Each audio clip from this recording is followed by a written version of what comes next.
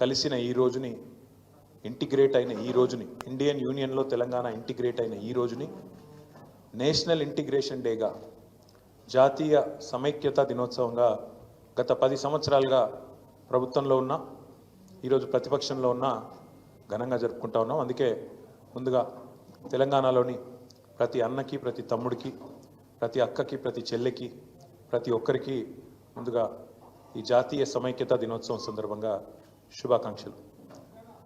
ఇవాళ చరిత్ర తెలియని చాలామంది ఈ సెప్టెంబర్ 17ను వక్రీకరించి రకరకాలుగా వారి రాజకీయ ప్రయోజనాల కోసం పాకులాడుతున్నప్పటికీ తెలంగాణలో ఎప్పుడైనా గంగా జమున తహజీబ్ ఉండాలే, తప్పకుండా ఇక్కడ కులాలకు మతాలకు అతీతంగా తెలంగాణ బిడ్డలు ఎప్పటికీ ఒకటిగా ఉండాలని అభిలషించే పార్టీగా, అభిలషించే నాయకుడిగా, కోరుకునే నాయకుడిగా కేసీఆర్ గారి నాయకత్వంలో గత 10 సంవత్సరాల పాటు తెలంగాణలో ఎక్కడ ఒక చిన్న నొక్కుబడకుండా బ్రహ్మాండంగా శాంతి భద్రతలను కాపాడుకోగలిగినాం.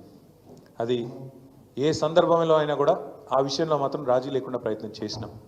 అందుకే ఇవాళ ఇప్పుడున్న ముఖ్యమంత్రి గారికి, రేవంత్ రెడ్డికి ఒకటే మాట చెప్పేది, మీరు మాట్లాడే మాటలు, నిన్న కూడా మీరు చేసిన వ్యాఖ్యలు, సందర్భం లేకుండా మాట్లాడిన పనికిమాలిన మాటలు ఏవైతున్నాయో వాటిని తెలంగాణ సమాజం మొత్తం కూడా అసహించుకుంటా ఉన్నది.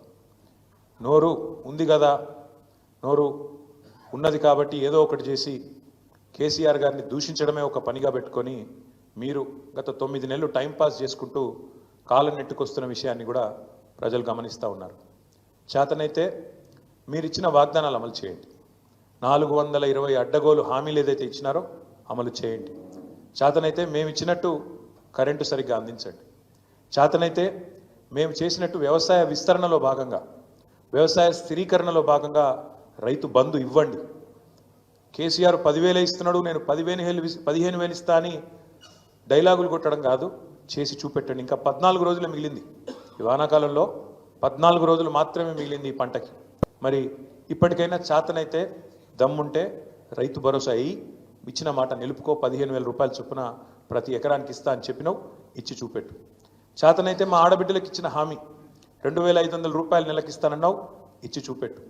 చేతనైతే మా పెద్ద మనుషులకు హామీ ఇచ్చినావు, 2,000 పెన్షన్ కాదు 4,000 ఇస్తా.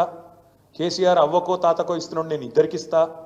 ప్రభుత్వ ఉద్యోగుల తల్లిదండ్రులకు కూడా ఇస్తా పెన్షన్ అని చెప్పినావు కదా, చేతనైతే చేసి చూపెట్టు.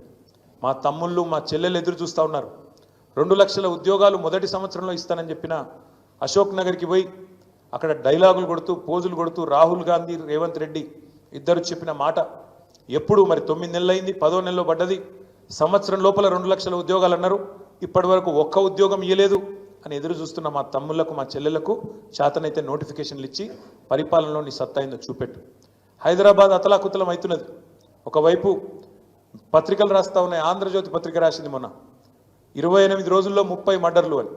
ఈనాడు పత్రిక రాసింది ఈ నగరానికి ఏమైంది అని. చేతనైతే తెలివి ఉంటే హోంమంత్రి శాంతి భద్రతలను అదుపులోకి తీసుకొని రా. ఇవాళ ఆంధ్రజ్యోతి పత్రిక రాసింది, అవకాశం ఉంటే చూసుకో. పోలీస్ బండ్లల్లో కనీసం డీజిల్ పోస్తలేరని రాస్తున్నారు. గోదావరి కన్లో పోలీస్ బండ్లలో డీజిల్ పోయకపోతే బండ్లు పక్కకు పెట్టినారు. పెట్రోల్ బంకులో మేము పోయాం బిల్లు లేకపోతే 9 నెలల నుంచి అని వాళ్ళు నిరసన వ్యక్తం చేస్తూ ఉన్నారు. ఇంకోవైపు పాఠశాలల్లో చాక్ పీసులు లేవు. చాక్ పీసులు కొనేందుకు అవకాశం లేక పాఠశాలల్లో ఉపాధ్యాయులు, పాఠశాలల్లో అక్కడ ఉండే పిల్లలు బాధపడతా ఉన్నారు. మరొక వైపు గ్రామాలలో సర్పంచులు బాధపడతా ఉన్నారు. మాజీ సర్పంచులు, మాకు రావాల్సిన బిల్లులు సంవత్సర కాలంగా పెండింగ్లో ఉన్నాయి, వెంటనే ఇవ్వండి కొత్త సర్పంచులు వచ్చే లోపల అని వాళ్ళు బాధపడతా ఉన్నారు. గారి మీద నోరు బారేసుకోవడం, నోటికొచ్చిన బూతులు తిట్టడం, పరుష పదజాలం వాడడం, పనికి మాలిన అవాస్తవాలను ప్రచారం చేయడం. నిన్న ఆయన మాట్లాడుతుంటే అందరు నవ్వుకుంటా ఉన్నారు.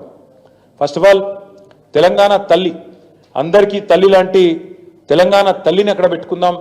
కొత్త సెక్రటేరియట్ డాక్టర్ బాబాసాహెబ్ అంబేద్కర్ గారి పేరు మీద పెట్టుకున్న సెక్రటేరియట్, అక్కడ తెలంగాణ తల్లిని పెడదాం అందరి తల్లిని అంటే, లేదు నేను రాహుల్ గాంధీ వాళ్ళ నాయననే పెడతా అని చెప్పి రాహుల్ గాంధీ గారి తండ్రి గారి ఫోటో తెచ్చి అక్కడ పెట్టినావు, తండ్రి గారి విగ్రహం తెచ్చి అక్కడ పెట్టినావు.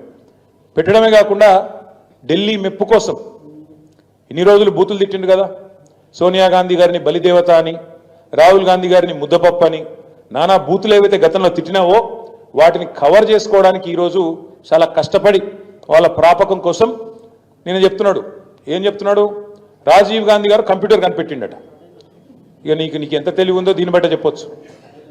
అయ్యా రేవంత్ రెడ్డి గారు, నీకు తెలియదు, దరిద్రం ఏంటంటే నీకు తెలియదన్న విషయం కూడా తెలియదు. నీకు ఎవడు చెప్తే ఇనవు. కంప్యూటర్ కనిపెట్టింది రాజీవ్ గాంధీ, రాహుల్ గాంధీ కాదు నాయన, చార్లెస్ బ్యాబేజ్ అన్నట్టు ఆయన. పాపం ఆయన కనిపెట్టిండు, ఆయన బాధపడుతున్నాడు, ఎక్కడున్నాడు కానీ ఆయన ఆత్మ అది బాధపడతా ఉన్నది. రాజీవ్ గాంధీ గారు భారతదేశానికి కంప్యూటర్ పరిచయం చేసినట్టు. రాజీవ్ గాంధీ గారు కంప్యూటర్ పరిచయం చేయలేదు భారతదేశానికి.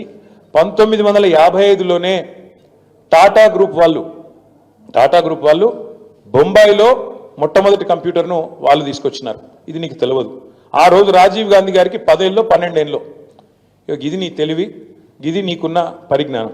ఇక దాంతోపాటు మీకు తెలుసు ఈ రాష్ట్రంలో పరిస్థితి ఎట్లా ఉంది అంటే, ఒకవైపు చికెన్ గున్యాలు, విష జ్వరాలు, మరొక వైపు ఈ డెంగ్యూలు, పారిశుద్ధ్యం పడకేసింది. పట్టణ ప్రగతి లేదు, పల్లె ప్రగతి లేదు, కనీసం పల్లెల్లో పిచికారి కొట్టించే పరిస్థితి లేదు నీ ప్రభుత్వానికి. స్కూళ్ళలోనేమో చాక్ పీసులకు పైసలు లేవు, పల్లెల్లోనేమో పిచికారి కొట్టించేందుకు పైసలు లేవు, సర్పంచుల బిల్లులు ఇవ్వవు, ఆఖరికి పోలీసుల బండ్లల్లో మరి మమ్మల్ని అరెస్ట్ చేసి వాళ్ళని కొట్టబోయేటోళ్ళకి వాళ్ళకు కూడా మరి కనీసం వాళ్ళ బండ్లలో డీజిల్ పోసే ముఖం లేదు. దాంతోపాటు హోంగార్డులకు కూడా జీతాలు ఇచ్చే పరిస్థితి లేదు. చెప్తూ పోతే ఒకటి రెండు కాదు, రాష్ట్రంలో ఒకవైపు హెల్త్ ఎమర్జెన్సీ పెట్టే పరిస్థితి ఉన్నది. అంత దారుణమైన పరిస్థితులు వాళ్ళ పిల్లలు ఎక్కడ చూసినా ప్రతి ఇంట్లో జ్వరాలతో అతలాకుతలం అవుతున్నారు. ఇవన్నీ ఒకవైపు ఉంటే పాలనను పక్కన పెట్టి కేవలం కేసీఆర్ను, బీఆర్ఎస్ పార్టీని తెల్లారి లేస్తే తిట్టడమే ఒక పనిగా పెట్టుకొని ఒక పనికిమాలిన పాలన నడుపుతున్న రేవంత్ రెడ్డి గారికి ఇవాళ ప్రజాపాలనా దినోత్సవం జరుపుతా ఉన్నాడు. అందుకే ఇవన్నీ చెప్తా ఉన్నాడు. ఈ సెప్టెంబర్ 17ను ప్రజాపాలనా దినోత్సవం అంటున్నాడు. ఈ రాష్ట్రంలో ఇంతవరకు పాలన అనేదే లేదు, ఆలన లేదు, పాలన లేదు. గురుకులాల్లో పిల్లలు అవస్థలు పడతా ఉన్నారు విషాహారం తింటూ. గురుకులాల్లో పిల్లల మీద అఘాయిత్యాలు జరుగుతూ ఉన్నాయి. గురుకుల టీచర్లను 2500 మందిని తీసి పక్కన పెట్టేసినారు సడన్గా, ఆకస్మికంగా. ఇట్లాంటి పరిస్థితి ఉంటే ప్రజాపాలన పేట డైవర్షన్ గేమ్లు ఆడుతున్న రేవంత్ రెడ్డి గారు పరిపాలన మీద దృష్టి పెట్టు, పరిపాలన చెయ్యి, ప్రజలకిచ్చిన హామీలు నెరవేర్చు. అందుకే ఇవాళ మేము మా పార్టీ తరఫున రాష్ట్ర ప్రభుత్వానికి, ముఖ్యంగా ముఖ్యమంత్రి రేవంత్ రెడ్డికి చెప్పేది ఏమంటే, ఇకనైనా ఈ 10వ నెల నుంచి అయినా పరిపాలన మీద దృష్టి పెట్టి ముందుకు పోండి. తప్పకుండా ప్రధాన ప్రతిపక్షంగా మేము ఎప్పటికప్పుడు ప్రజా సమస్యల్ని మీ దృష్టికి తీసుకొస్తూనే ఉంటాం, మిమ్మల్ని ఎండగడుతూనే ఉంటాం. ప్రజాక్షేత్రంలో ప్రజా ఉద్యమాలు నిర్మించి తప్పకుండా ఉద్యమిస్తూ మీరు ఇచ్చిన 420 హామీలు అమలు చేసేదాకా మీ అంతు చూస్తాం, మీ ఎంబడబడతాం అనే మాట కూడా తెలియజేస్తూ, నిన్న నువ్వేదైతే తప్పు చేసినావో, తెలంగాణను అవమానిస్తూ, తెలంగాణ ఆత్మను అగౌరవపరుస్తూ, తెలంగాణ తల్లి ఎక్కడైతే కొలువు ఉండాలనో అమరజ్యోతి మధ్యన అంబేద్కర్ సచివాలయం నడుమ తెలంగాణ భవిష్యత్ తరాలకు, భవిష్యత్ పాలకులకు కూడా స్ఫూర్తిగా ఉండాల్సిన ఆ స్థలంలో ఎక్కడైతే తెలంగాణ తల్లి కొలువు తీరాలో అక్కడ నువ్వు రాహుల్ గాంధీ గారి తండ్రిని పెట్టినావు.